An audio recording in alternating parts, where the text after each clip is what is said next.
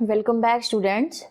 इस वीडियो में हम 3 क्वेश्चन डिस्कस करेंगे। देखो बहुत ही इंपॉर्टेंट क्वेश्चन है। कुछ क्वेश्चन में एग्जाम्पल जो स्टेटमेंट है या जो सीरीज ऑफ फंक्शन या you can say sequence of function है वो मेंशन किया हुआ है, बट कुछ क्वेश्चन में आपसे एग्जाम्पल्स मांगे हुए हैं कि एक ऐसे ऐसे एग्जाम्पल दो जो इन कंडीशन को सेटिस्फाई नहीं करते हैं या करते हैं।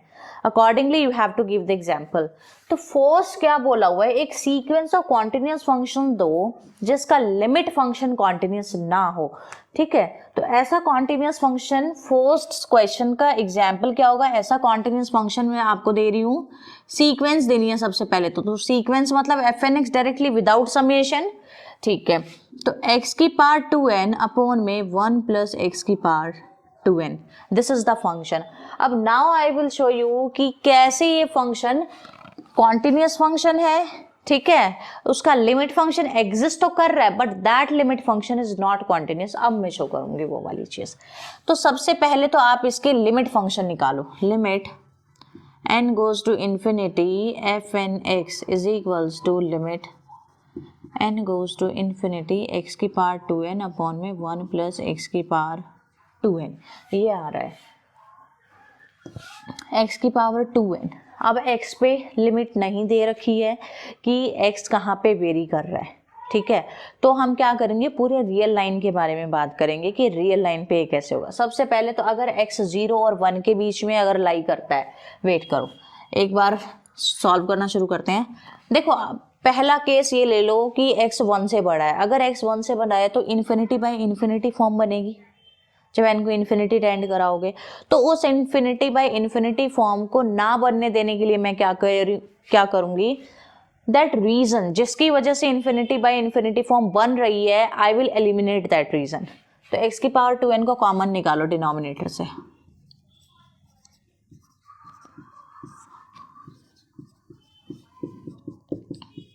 ये आएगा। ठीक है, कैंसिल कर दो। Limit n goes to infinity 1 upon में 1 प्लस 1 बाय एक्स की पावर 2n आया। अब केसेस बनाओ।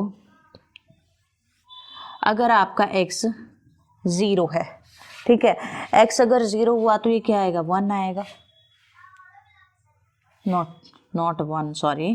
x अगर 0 है तो 1 plus 1 by 0 infinity, 1 plus infinity infinity 1 by infinity 0 आ गया। x अगर 1 है मेरा, मोड x अगर 1 है, -1 कह लो या 1 कह लो क्योंकि यहाँ पे इवन है, पावर 2 ट्वाइस है तो बात सेम ही हो जाएगी। अगर x +1 या -1 के इक्वल है अगर, तो दोनों ही केस में क्या आएगी, लिमिट 1/2 आएगी। 1 बाय में 1 प्लस 1/2। अगर mode x greater than this 1 है, मतलब -1 से 1 के बीच में नहीं है, इसके बाहर है, इससे बड़ा है, तो हमेशा क्या होगा, ये वाली चीज़ ये आएगा 1 अपॉन में इन्फिनिटी। तो 1 प्लस 1 अपॉन में इन्फिनिटी यानी 0, दिस विल बी 1। क्लियर है, इतने तीनों केसेस ही इनफ है आपके पास। आपको मोड x लेस देन 1 निकालने की जरूरत नहीं है। वैसे मोड x लेस देन 1 वाली चीज है ना, वो ऑलरेडी इसमें इंक्लूड हो चुकी है। ये आ चुका है। क्लियर है, क्योंकि 1 अपॉन में 0 इन्फिनिटी बनेगा, इस वजह से ये। अब देखो ये आया है आपका f of x, limit function आया है। Now at x is equal to 1, क्या फंक्शन कॉन्टिन्यूस है। जब आप x इक्वल टू 1 पे हो, वैल्यू आ रही है 1/2। ठीक है, ये f ऑफ 1 की वैल्यू आ रही है 1/2।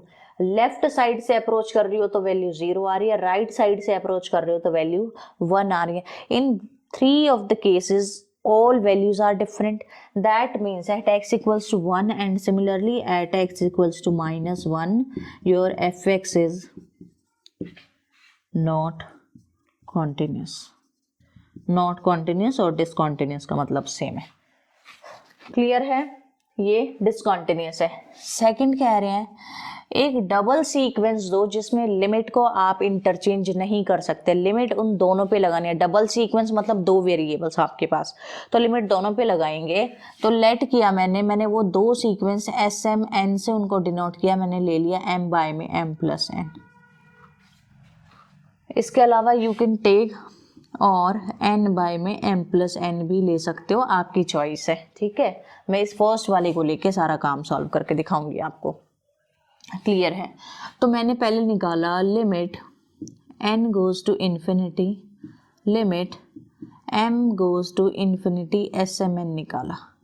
जब ये निकालूंगी मैं तो यहाँ से क्या आएगा मेरे पास, limit n goes to infinity और limit m goes to infinity. m goes to infinity के लिए ये कैसी फॉर्म बनेगी, m को इन्फिनिटी टेंड कराओगे, इन्फिनिटी बाय इन्फिनिटी फॉर्म बनेगी विच इज इनडिटर्मिनेट फॉर्म। तो मैं क्या कह रही हूँ, मैंने m को कॉमन निकाला और m से m को मैंने कैंसिल कर दिया। m ऊपर से m को कैंसिल किया, 1 बचेगा, नीचे m को कॉमन निकाला तो यहाँ 1 आएगा, यहाँ n/m आएगा, ये चीज़ आएगी। क्लियर है ये चीज़? ठीक है। उसके बाद मैंने क्या किया, limit n goes to infinity, अब m को इन्फिनिटी टेंड कराओ, n by infinity, n into 0 which is 0, तो 1/1 आया, ये 1 आ गया। वैल्यूज रखते हुए चलना, आपको लग रहा होगा मैं कैसे डायरेक्ट कर रही हूँ। देखो यहाँ n बाय में इन्फिनिटी रखोगे, n by infinity will be n dot 0, जो 0 हो जाएगा 1 बाय में 1 प्लस 0 विच इज 1। क्लियर है? ये आया आपका। अब लिमिट लगाओ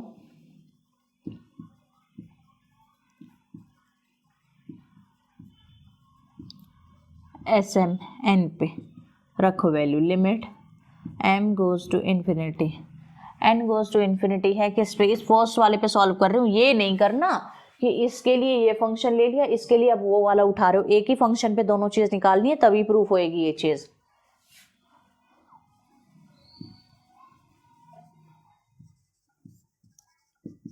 रखो m infinity, limit m goes to infinity, n को जैसे ही इन्फिनिटी रखोगे आपका क्या आएगा, m बॉन में m प्लस इन्फिनिटी, ये आएगा इन्फिनिटी, 1 बाय इन्फिनिटी क्या होता है 0, तो ये कंप्लीट टर्म क्या आ गई, 0 आ गई।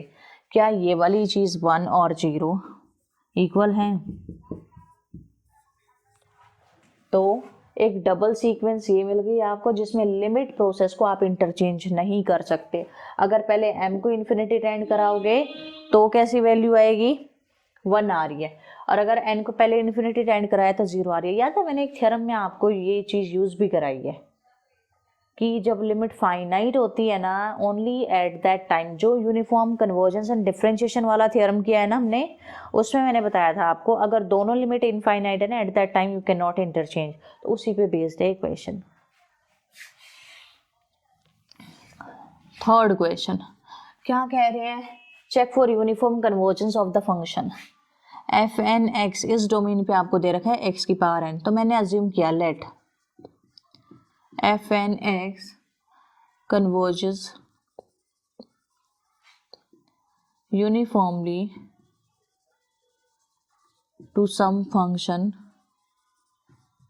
fx पे यूनिफॉर्मली कन्वर्ज कर रहा है, और वो फंक्शन कैसे निकालूंगी मैं, limit n goes to infinity f(n)x करके निकालूँ। क्लियर है? तो ये क्या आया, f of x is equals to limit n goes to infinity, f(n)x की वैल्यू रखो x की पावर n, तो ये क्या वैल्यू आएगी, अगर x 0 है तो ये 0 आ गया, अगर x 1 है तो ये भी 1 आ गया, अगर x बिलोंग कर रहा है 0 और 1 में तो ये वैल्यू आएगी 0, क्योंकि जो नंबर 0 और 1 के बीच में लाई करते हैं उसकी पावर जब आप इन्फिनिटी करते हो वो 0 की तरफ अप्रोच करते हैं। हो गया।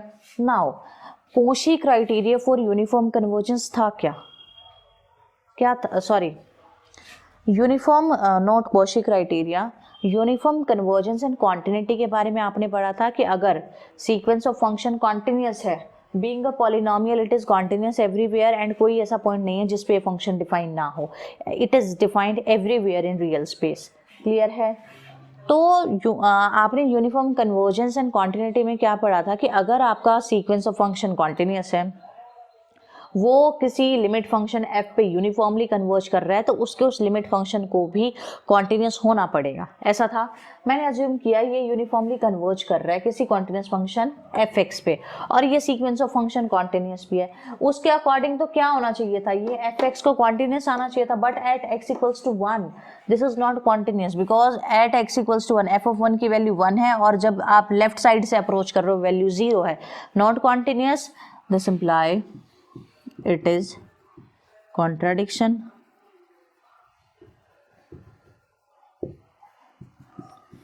So fn does not converge to this fx function uniformly.